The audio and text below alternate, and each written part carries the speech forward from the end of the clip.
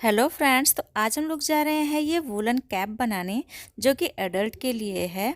तो इसका देखिए कितना खूबसूरत लग रहा है और इसका पैटर्न जो बनाने का तरीका है बहुत ही आसान है। तो एक बार ज़रूर आप ट्राई करें। तो चलिए इसे बनाते हैं।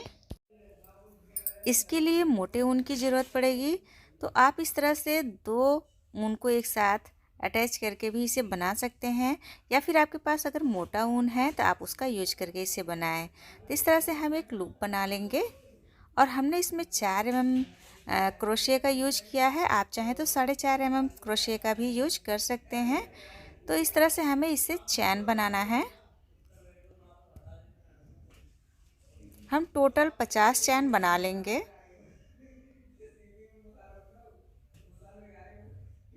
मोटे पतले ऊन होने की वजह से चैन का मेजरमेंट सही नहीं होगा, तो इस तरह से हमें इसको इंची टेप से नाप लेना है। तो ये देखिए हमारा 33, इसकी लेंथ जो हमने चैन की बनाई है वो 33 है। उसके बाद हमें एक चैन को छोड़ते हुए दूसरे चैन से हमें एक सिंगल क्रोशिया बना लेना है इस तरह से।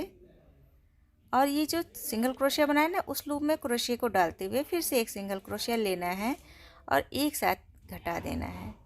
फिर यहाँ से हम एक लूप उठाएंगे और सिंगल क्रोशिया अगले चैन से बनाएंगे और इस तरह से एक साथ घटा देंगे। अगेन लूप उठाए, सिंगल क्रोशिया एक चैन से लिए और एक साथ घटा दिए।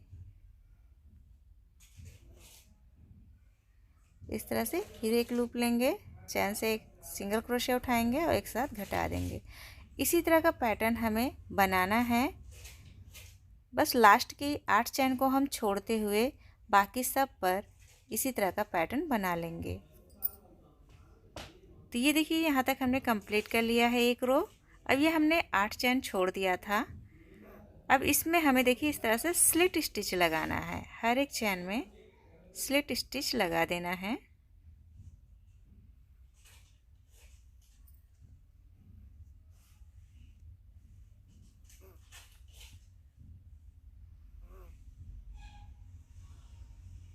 तो इस तरह से हमें इस 8 चैन में स्लिट स्टिच लगा के इसे कंप्लीट कर लेना है।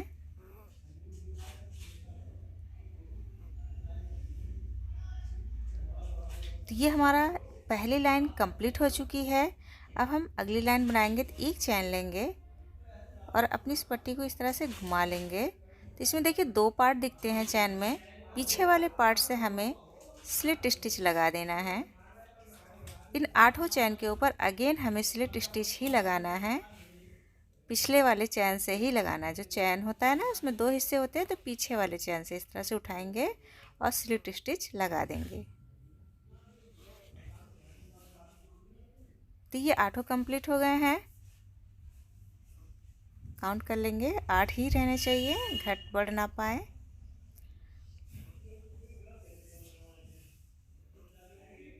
अब देखिए इसी पीछे वाले ही चैन के पिछले वाले हिस्से से ही हम एक सिंगल क्रोशिया बनाएंगे और उसी सिंगल क्रोशिया के लूप में डालते हुए फिर अगेन हम सिंगल क्रोशिया अगले चैन से बनाएंगे। इसी तरह से लूप को इसमें से देखिए इसी तरह से लूप को लेंगे, अगले चैन से एक सिंगल क्रोशिया उठाएंगे और एक साथ घटा देंगे। इसी तरह से हमें ये सेकेंड लाइन भी कंप्लीट कर लेनी है।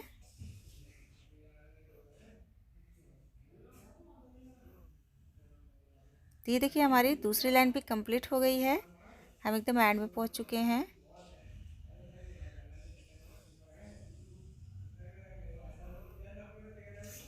अब हम एक चैन बनाएंगे, उसके बाद फिर हम घुमा लेंगे। देखिए एक चैन को छोड़ते हुए अगले चैन से हमें एक सिंगल क्रोशिया बनाना है। फिर उसी लूप में डालते हुए चैन से हमें सिंगल क्रोशिया उठाना है, एक साथ घटा देना है। बहुत ही आसान सा पैटर्न है। आप बनाएंगे तो ज़रूर बना ले जाएंगे। और इसी तरह का पैटर्न हमें पूरे टोपी में करना है, पूरे कैप में करना है। ऐसे ही बनाते जाना है। तो इस तरह से हम अपनी यहाँ पे तीसरी लाइन को भी कंप्लीट कर लेंगे। तो ये देखिए हमारी तीसरी लाइन भी कंप्लीट हो गई है। और ये जो स्लिट स्टिच वाला है, इसको हम पूरे कैप में स्लिट स्टिच ही इस पर लगाते रहेंगे।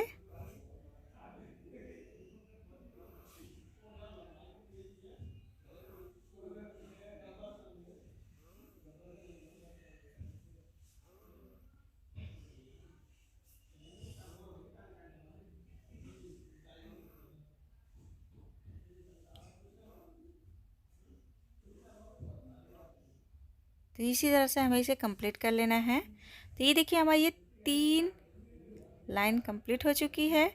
अब हमें इसी तरह से इसे बड़ा करना है बिनकर। टोटल हम ये जो उभरा हुआ पार्ट है पूरा 23 बनाना है हमें। तो ये देखिए हमारा इस तरह से बन गया है।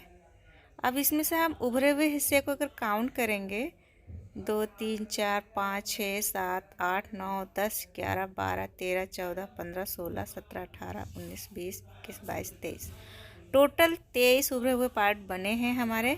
लेकिन हम इस तरह से काउंट करेंगे तो अच्छा मेजरमेंट नहीं मिलेगा, तो हम इंची टेप की हेल्प ले लेंगे। तो इंची टेप से जब हम इसे नापेंगे ये टोटल 51 सेंटीमीटर है, 51 सेंटीमीटर हमें इसे बना लेना है। अब इसे इस तरह से फोल्ड करेंगे। अब हमें इस पर सिलाई लगानी है, तो पहले हम टॉप पार्ट को सिलेंगे। तो इस तरह से देखिए क्रोशे की हेल्प से पहले हम हर एक पार्ट से इस तरह से एक एक लूप निकाल लेंगे। जो चैन बनी है ना ऊपर, उसके बीच में जो जगह है वहाँ से एक एक लूप निकाल लेना है इस तरह से। ये देखिए एक साथ हमने निकाल ली है पूरी इकट्ठी। अब एक क्रोशे में फंसाएंगे लूप और उसको इन सारे लूप से होते हुए निकालेंगे। जो क्रोशे के ऊपर लूप्स हैं उन्हीं के बीच से होते हुए हम निकाल लेंगे।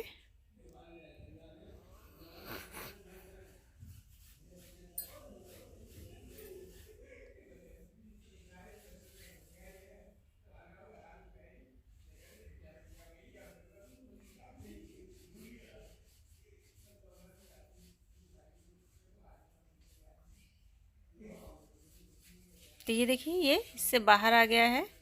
इसको जब हम खींच कर इस लूप को नॉट करेंगे, मतलब बांधेंगे, तो ये एकदम सर्कल की तरह बंद हो जाएगा टॉप पार्ट। इस तरह से जब हमने इसे बंद किया तो ये देखिए सर्कल की तरह एकदम टॉप पार्ट बंद हो गया।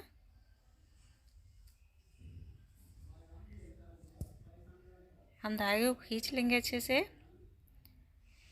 उसके बाद कुछ दूर छोड़ते हुए हमें धागे को काट लेना है, क्योंकि हमें इसी धागे से सिलाई भी करनी है इस कैप की।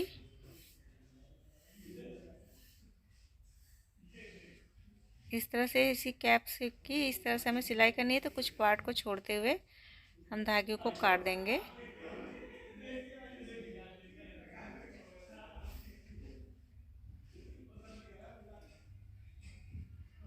इसको सुई में डाल देंगे।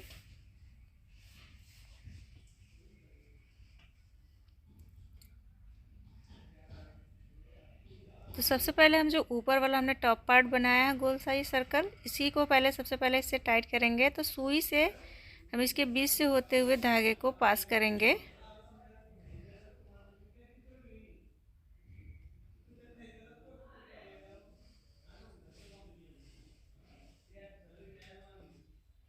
हर एक लूप के बीच से होते हुए पास करना है सुई को।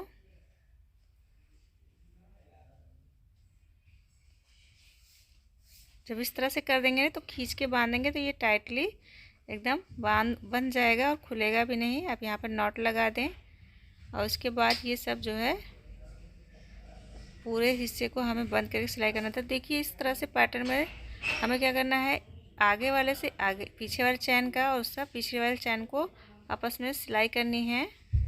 इस तरह से उस वाले से ले लेंगे पीछे वाले चैन का, इस वाले से ले लेंगे आगे वाले चैन का।